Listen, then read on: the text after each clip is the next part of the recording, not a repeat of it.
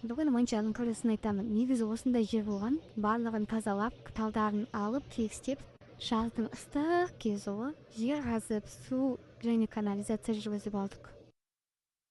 Бастамас бұрын тіркеліп, қоңыраушаны басып қолды білдіріп жіберіңіз.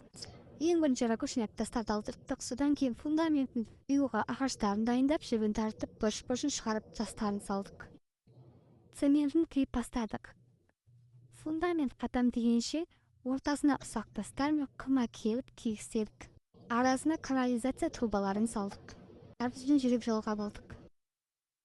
Ортасын барынша әдемілеп тегістеп, осындай тегіс қылып шығардық.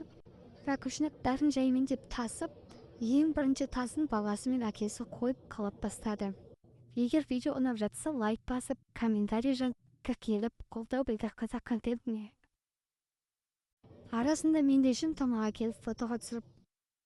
Тама ашып болғаннан кейін жұмысқа кірісті. Цемент езіп, тастар тасып, жаймендеп бірінші қатарын қалап бастады.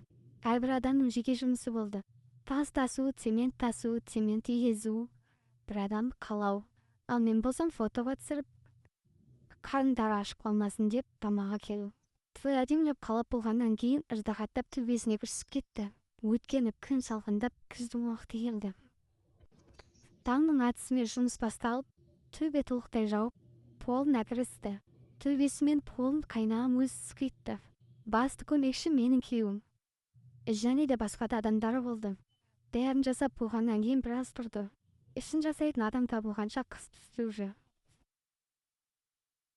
Тапқан адамдарымыз тез-тез жасап берді. До түсірген фотолары жоқ, но после суреттерін қарап өтіңіз. Өздеріңіз бағасын беріңіздер. Қалай шыққан комментарийға жаза кетіңіз. Ішінің жұмыстары біткеннен кейін газдың жұмыстары қалды. Парын жасап, кухнясын жасап берді. Сыртын бәрін профиль вывесканы іліп, стол жайып, ауылдың бәрін жинап, ашылуын жасадық.